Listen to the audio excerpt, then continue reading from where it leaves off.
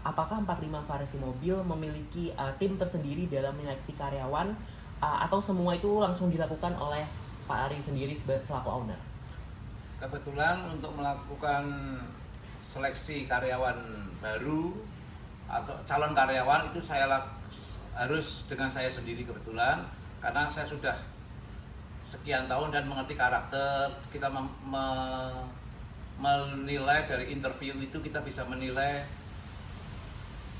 ini skillnya di mana, kemampuannya di mana, etika bicara, cara penyampaian kelak ke konsumen bagaimana, itu memang saya ketat untuk urusan penyeleksi karyawan. Berarti semua itu melalui standar yang Pak Ari tetapkan ya? Iya, benar. Selanjutnya Pak Ari, ini tentang bagaimana tahapan dari proses seleksi yang dilakukan 45 Farisi Mobil terhadap karyawan baru.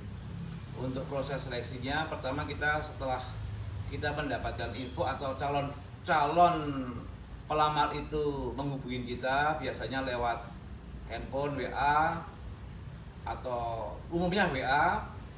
Terus kita mengajak interview, kita tentukan waktunya, kita melakukan interview dengan persyaratan seperti CV, terus data diri, pengalaman di mana, terus dan lain-lain. Nah, setelah kita melakukan tahap pertama, keduanya kita menentukan untuk seleksi berikutnya. Oke. Dan untuk seleksi selanjutnya itu apakah bentuknya seperti tes atau uji coba? Untuk yang sudah memenuhi syarat, mungkin kita pada bidangnya, kalau yang memenuhi syarat, kita biasanya melakukan training antara 1 sampai 3, rata-rata 3 bulan untuk training, dan kita bisa mengevaluasi tersebut lolos untuk dijadikan karyawan tetap atau gugur gitu. Oke. Pertanyaan selanjutnya, apakah ada perbedaan antara tes yang dilakukan oleh Pak Ari untuk menyeleksi karyawan bagian kasir yang bertugas juga sebagai customer service dan juga kepala bengkel sebagai supervisor? Untuk seleksi kasir itu biasanya memang dari pengalaman dia, dan sebelumnya memang biasanya umumnya yang kita lakukan adalah dia menjadi helper saya setelah sekian waktu dan bisa terbiasa dia menghandle kasir dan menjadi customer service. Kalau untuk kepala bengkel? Kalau kepala bengkel sama halnya seperti kasir, cuman kepala bengkel itu tugasnya membagi kerjaan-kerjaan mana untuk timnya mereka dan bertanggung jawab untuk hasil kerja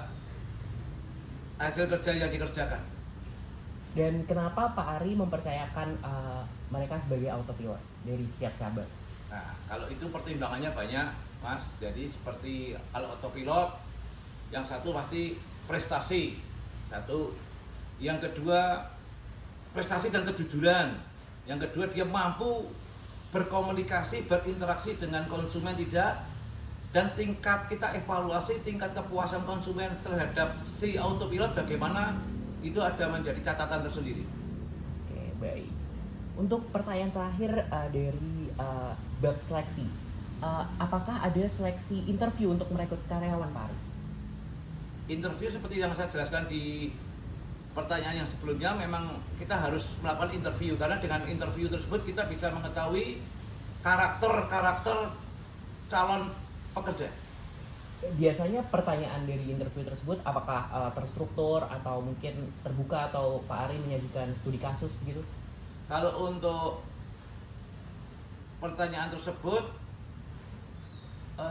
kami melakukan interview secara bertahap untuk mengetahui karakter si calon pelamar ini bisa benar-benar diandalkan enggak, karena kalau kita sampai salah memilih calon karyawan itu menurut saya sangat berbahaya bagi customer service saya.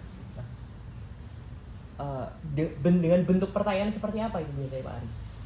Pertanyaan yang interview mungkin lebih kekeluargaan ya, seperti asli, domisili, terus background dari keluarga, pendidikan terutama, pengalaman kerja kita kita cek di pengalaman kerja sebelumnya ada track recordnya bagaimana.